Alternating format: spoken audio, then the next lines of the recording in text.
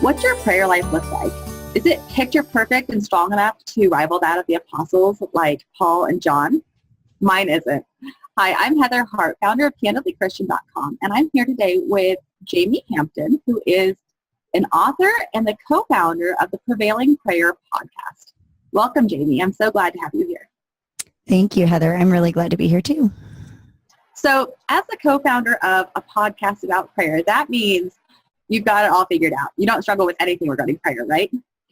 No, nothing. No, actually, I have. That's kind of been a reason I think that this podcast was something that kind of came to Alana's and my minds, was because we did have prayer struggles and we figured that we weren't alone. And so we wanted to provide a resource that would kind of help people to deepen their prayer life and address some of those struggles. Awesome. Tell me a little bit more about your podcast. So our podcast is a 30-minute weekly podcast, and it's prayer-based, but I think we really like the fact that it's not just discussions about prayer or hard topics or suggestions to deepen your prayer life, but we also provide actual opportunities to pray. So we have prayer prompts about several different issues that are important probably to many Christians, and challenges to help you to deepen your prayer life. So it's not only something where you can learn about prayer or think about prayer, but you can actually pray and have an appointment each week to pray along with us. That is so awesome. So what about your own struggles? What's something that you struggled with when it comes to prayer?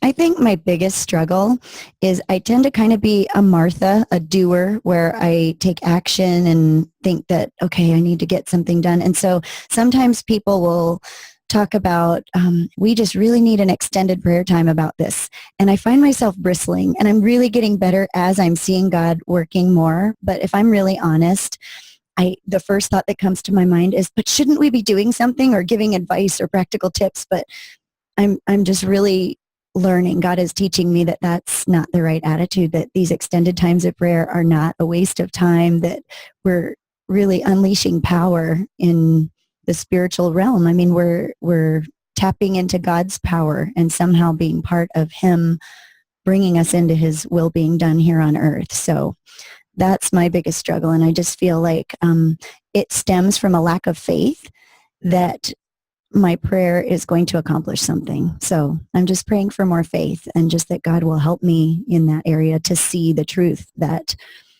there are things that are going on, even when I'm not seeing results to those prayers.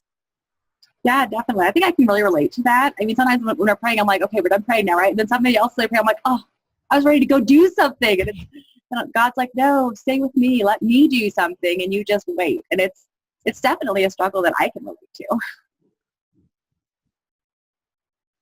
So do you have any other struggles or any other thoughts about prayer you want to share with us?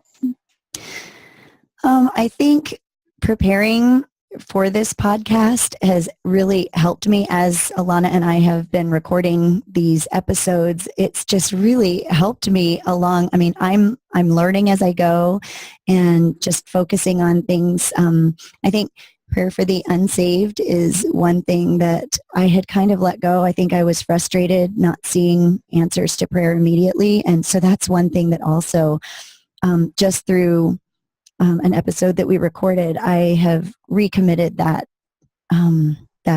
recommitted myself to praying for the unsaved people that God brings to my mind, and to commit to doing it for a long term, and not just until God does something soon, and not just praying only if I see results happening, but to just continue to pray until I see God at work, or until He releases me from that commitment to pray. So Jamie, did you have a verse about prayer you wanted to share with us today?